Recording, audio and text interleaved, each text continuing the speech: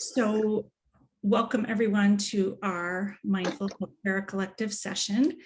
And as we get started, I will let you know that we are going to offer a number of other sessions in the next few weeks based on need and requests and people feeling like this is a particularly difficult time in medicine and in the pandemic. So tonight's offering is It's Okay to Not Be Okay, which is an, I'll grab it. Brilliant, thank you. An offering that felt very needed in this moment. A lot of people that I work with as a coach and people that I've come into contact with definitely not feeling okay, and that concept of not feeling okay resonating deeply with many. And I also think that for those of us in medicine, it's never really been accepted to not feel okay. We've always been told that we should feel okay no matter what's happening and no matter what's going on around us or in our day or in our work.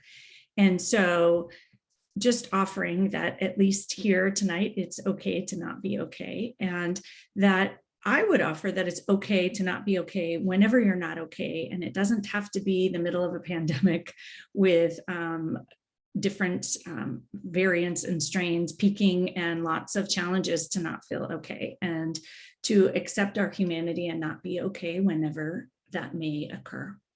And so there are a number of new faces. So I will just introduce myself. I am Jessie Mahoney, and I am a board certified pediatrician. I worked at Kaiser, or the Permanente Medical Group is what we're technically called as physicians, for almost 20 years. And about 18 months ago, I resigned, actually before COVID, not knowing COVID was coming at all, to switch into mindful coaching and working with physicians on my own. One of my primary roles at Kaiser, actually as a leader, was to work in physician wellness starting back in 2002 when it was not a thing, but it was always my passion. So I am now a certified coach, and I co-host the Mindful Healers podcast, which if any of you don't subscribe and listen to it, I highly recommend. It has a lot of tips on both mindfulness and coaching and on living a life that feels more calm and grounded and aligned. So if you haven't checked it out, I encourage you to do that. I do a lot of sessions here in the Mindful Healthcare Collective, both coaching and yoga, and I teach yoga most Saturdays and would love to have any of you join. It is all levels, and I actually call it, it's mindful yoga, but it's a little bit of coaching yoga too. So it's a little bit of mindset, and it's really accessible to anyone, especially in your Zoom box, because no one's watching, so you can opt out whenever you need. But if you are not feeling okay, I would say a lot of what I do in yoga is about not being okay and finding ways to feel okay. And when I went back to yoga, I had dabbled in it for years. I went when I was not okay. And this was about 5 or 6 years ago, where I had my own challenges with burnout and some difficult things going on at home, and a couple of big leadership roles and 3 teenagers. And I went to yoga and started just with one breath. And I would offer that tonight, that even starting with one breath can be the first step in changing your trajectory, and that subtle is significant, and one breath can be significant in shifting into a different space. So for tonight, that's a bit about me, but what I really wanted to focus on is all of you and how you are feeling in this moment, and honor that many of you, I have heard, are feeling angry and out of control and uncertain and resentful. Rage has come up a few times, deflated, exhausted, burnt out. Many people feel ready to quit. And I just want to honor that all of those feelings are okay. I think in medicine, we're not supposed to feel those feelings, and we're supposed to just show up, chin up, stoic, and compassionate in all moments. And so to have compassion for ourselves in this moment, that whatever you're feeling is okay. And for anybody who wants, because I think when we feel not alone, it's helpful if you want to pop in the chat box how you're feeling, whatever those feelings might be. I think that it will provide a bit of relief and community amongst everyone here. So if you want to share that, feel free. And I want to acknowledge as we start that we are all human and we all feel different feelings, and whatever they are, tired, exhausted, is all acceptable, and frustrated, absolutely. And to acknowledge that we're in a really difficult situation. We've never been in a pandemic before. Well, we have for 18 months, but before that, no one who's alive now has been in a pandemic. And no one has been in a pandemic that looked like it was getting better and got worse. And so just acknowledging that whatever we feel is okay. And anger is okay, depression is okay, society's challenges are really overwhelming. And frustration and anxiety, I'm just looking through all of these things and thinking it's almost over. Disbelief, I think, has come up. And so acknowledging that these feelings are all very real, and that when we try to suppress them or resist them or make them go away, that they often grow and build. And that those of you on the call who work with me, when you allow them and let them be and acknowledge that you're really angry and that's okay. And or the other phrase that I think is really helpful is, of course you're angry and worried. Of course you're depressed and angry. Of course you feel burnt out. In many ways, I would say, of course you feel powerless and helpless. And it isn't to give in and just give up. But when we allow those feelings and accept them, they move through a little bit more easily, and we soften a little bit, and that can feel very empowering in and of itself. And so noticing when we're resisting, and can we just stop resisting for a little bit? We may need to resist often, intermittently for brief periods, to feel a little bit of relief, and to know that the effort to not resist is also an effort. And so just giving yourself a little bit of that give and take, or a little bit of that buoyancy as these frustrating feelings come up with all the things that are happening in the world. The other thing is to notice the stories that you're telling about the situation, and are they helpful or are they not helpful? And sorry, I'm just letting someone else in.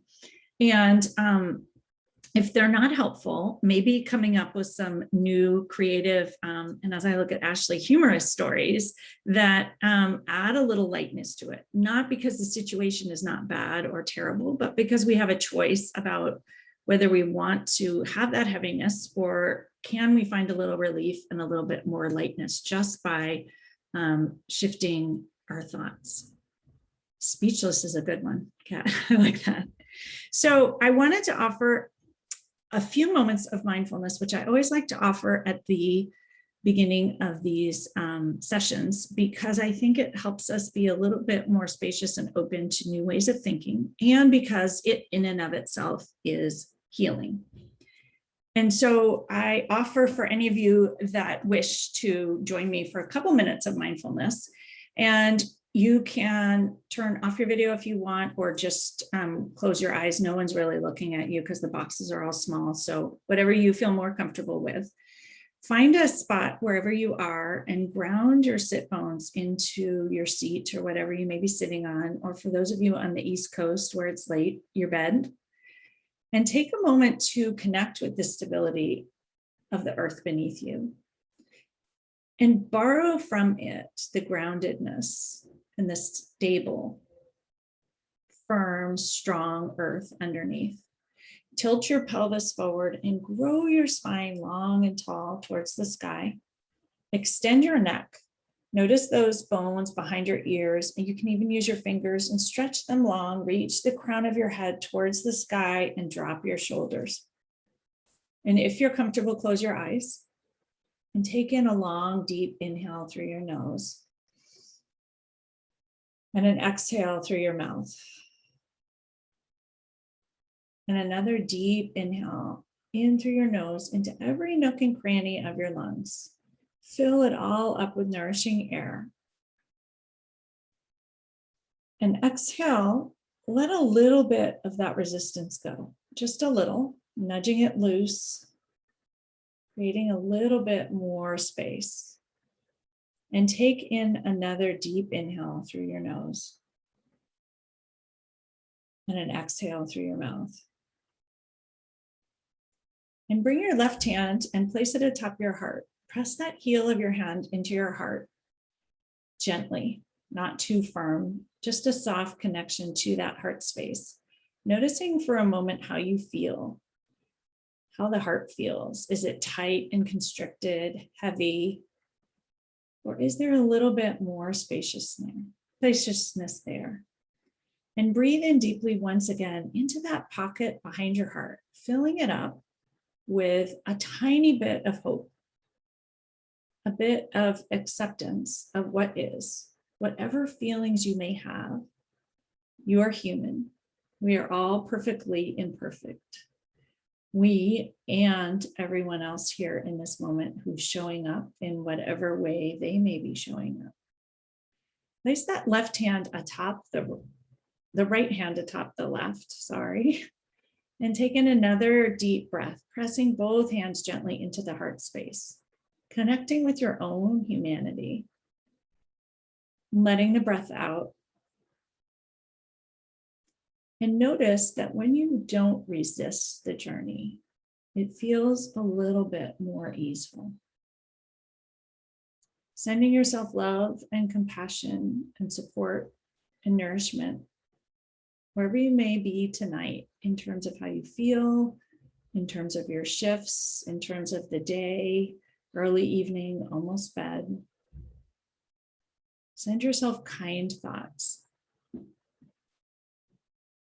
Continue breathing in through your nose and out through your mouth. And I wanted to offer a quote from Mark Nepo, which is, when you stop struggling, you float. What might happen if we chose to struggle here in this moment a little bit less? Stopped treading water. What might happen? Could you flip over on your back and float with a little more ease?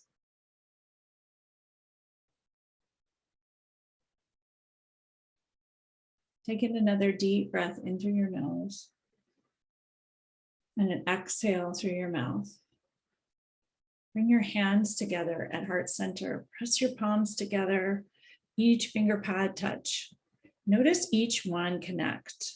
And rub the skin to skin, giving yourself a little bit of sensation there. And think for a moment about what your intention is. How would you like to show up for yourself in this moment with the world exactly as it is, in whatever role you have, exactly as it is? What would your future self, a year from now, advise you in how you might show up for this very challenging moment in time, in medicine, and in the world? And hang on to that advice, your future self who has your best interests at heart, as someone who is a healer and who is compassionate and cares so much for the world and everyone in it. Take in a final deep inhale through your nose and an exhale through your mouth. And bring your hands back to your thighs.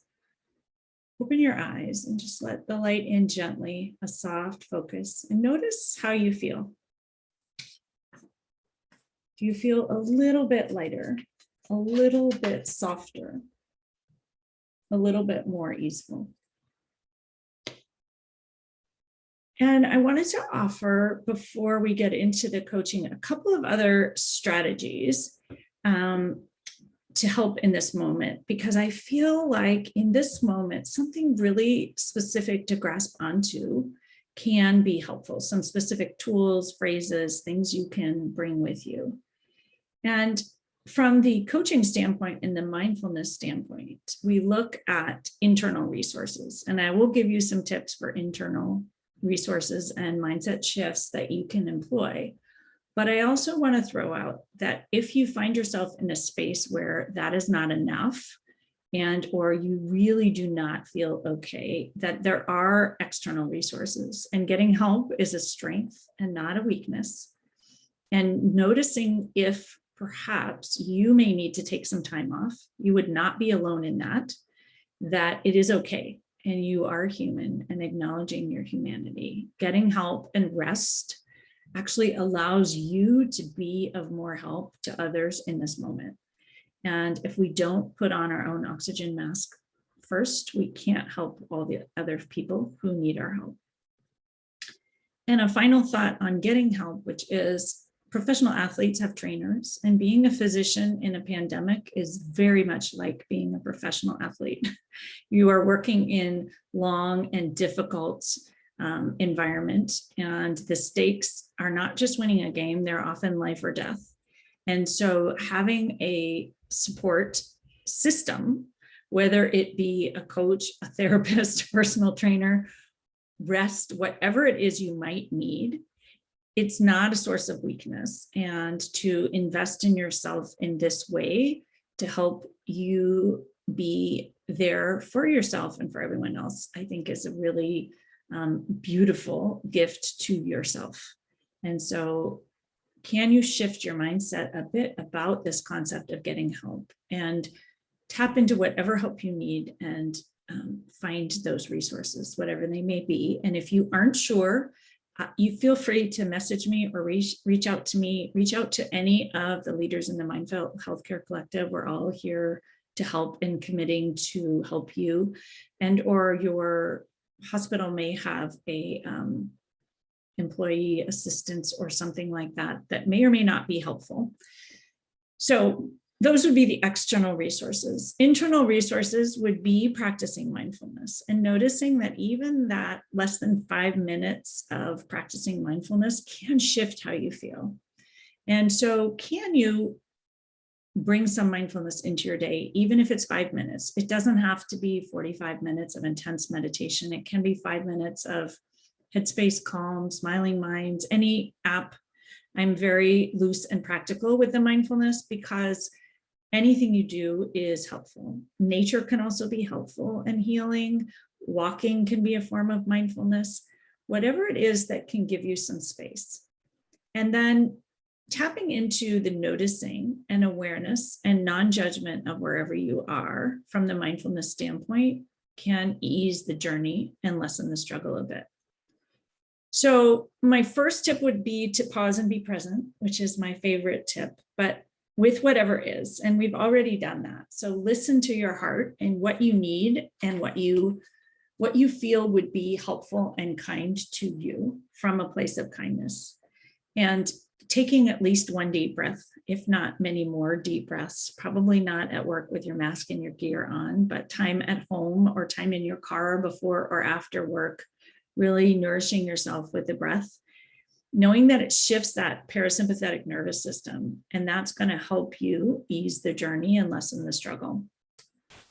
And then acknowledging that compassion fatigue is real, and the hopelessness and helplessness is real, and burnout is real. And many of the things that people mentioned in the chat box about sort of cynicism, feeling helpless and hopeless and ineffectual, and emotionally exhausted are all symptoms of burnout. And so just to me, when you see it that way, there's less wrong with you. It's about the burnout and it's not you. And how, when you take it outside of yourself, it can be easier to address a little bit less judgmentally. So I offer that. And then create space in whatever way you can. So mindfulness, breathing can create space. Nature can create space. Whatever can give you the space to breathe and be in the moment can be very powerful. We often talk about the space between stimulus and response as being where your power is. And often when we have these feelings that everyone's posting in the chat box and noticing that everyone has those are feelings in which we tend to be reactive. And yet when we react, we often don't end up in the place that we want to. And so what tools can you employ to create a little bit more space? And I would offer that this acceptance creates more space. Accepting and allowing or validating how you feel giving yourself permission to not be okay and to feel whatever it is rather than pushing it away. Remembering this concept of what you resist persists, or what you resist grows.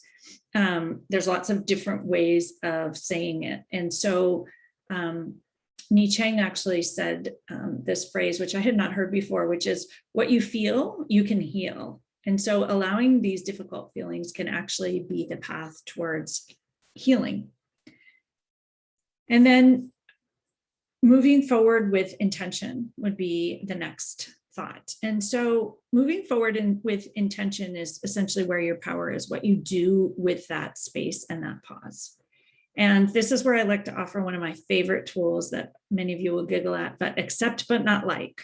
So here we are in this situation, and we can accept but not like that the pandemic is back, that people are choosing not to be vaccinated, that people are rejecting science, that people are taking over countries and causing harm, and that people are potentially where you are not wearing masks, whatever it might be.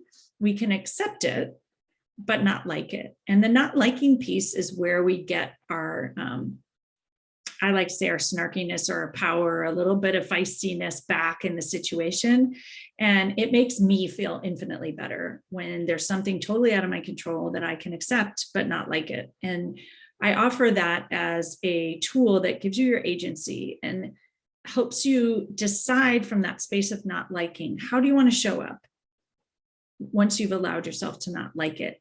And that takes you out of the resistance and into more of a solution, or maybe it's not even a solution, but an action or a thought that's more helpful for you. And then the other offering is to decide that you don't have to be miserable. I think in medicine, first of all, we praise misery and more misery. We often have contests about who's more miserable, and that in residency, we certainly did in terms of call nights. And maybe can you here step out of being miserable and try to figure out what thoughts might make you less miserable.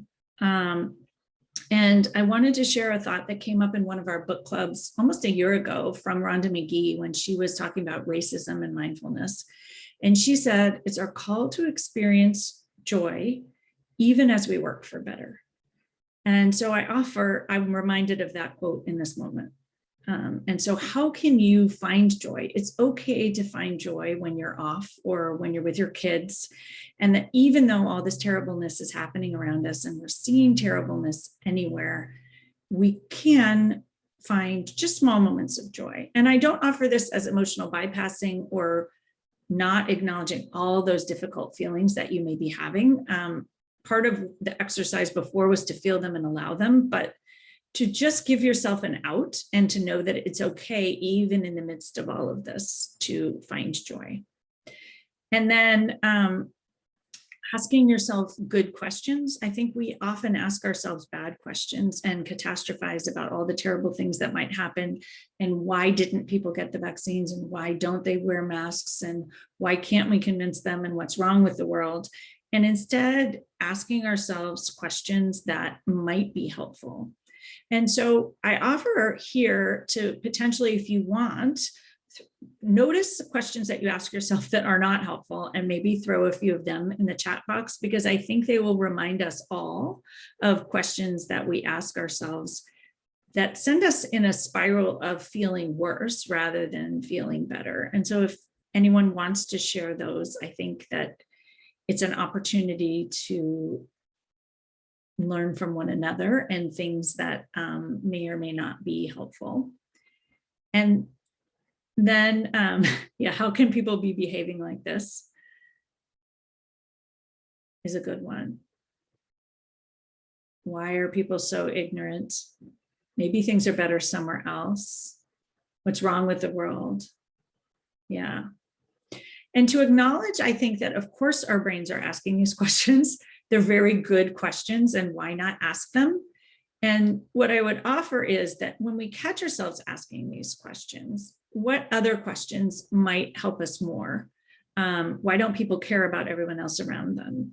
And so you could even flip these questions like, where I am, which is beautiful, 70% of people are listening to us and are following science and are getting vaccinated. I know for those of you in South Carolina, it's more like 40%. But still, what if you ask the question, 40% of people are listening, and that is helpful. Imagine if nobody was listening, for example. So I just try, like, I realize it's a little bit of solace, but it's helpful because our brain is telling us nobody's listening and not everyone is ignorant. And I do realize I'm privileged because more people where I am are getting vaccines, but I think even 40% feels better than 0% or 5%. And so noticing in your day, perhaps how many people you see that did get vaccines and how many people you see that do wear masks. And so that can be helpful. And then some other questions that I will throw out, and I would love to have people throw good questions if they have some that they've been practicing, especially those of you who have worked with me. So I know you have some readily ones, but ones that I would throw out here are: what would peace do? What would compassion do? What would patience do? What if it turns out better than I expect? Because I think our minds are spiraling into complete devastation, and maybe we're headed that way, but we might as well not go there yet. And so offering that at least, what would patience do in this moment? What would health do? I really like, because health for you and health for the people that we're caring for, and just sort of a global health of the country. And that can guide you in how you might want to move forward. And so I wanted to offer that as a possibility. And then thinking about how you want to feel here. And so if you want to feel peace, ask yourself that question, like, what would peace do? If you want to feel compassion, ask yourself that question. And not from I have to feel compassion for everybody, but maybe what would compassion for me do in this moment, in a really difficult moment? And then the last suggestion is to nourish yourself, which is something I talk about. Nourish yourself with the breath, healthy food, sleep, like fill yourself up with all the good stuff. It's kind of like an immunity badge in Harry Potter. Like, so, and thinking about it as nourishing yourself from the ground up, whether you're a tree and you're like just sucking up the water from the earth, or borrowing the earth's groundedness, whatever works for you. It could be practicing mindfulness. It could be yoga. It could be coming together in community like this, or connecting with friends. Connecting with people who are going through things similarly can be really helpful. And that is what I wanted to share. And so what I'm going to do at this point is stop the recording, and then we'll do some live coaching and talk a little bit more about what is in the chat box. And let me hold on one second here.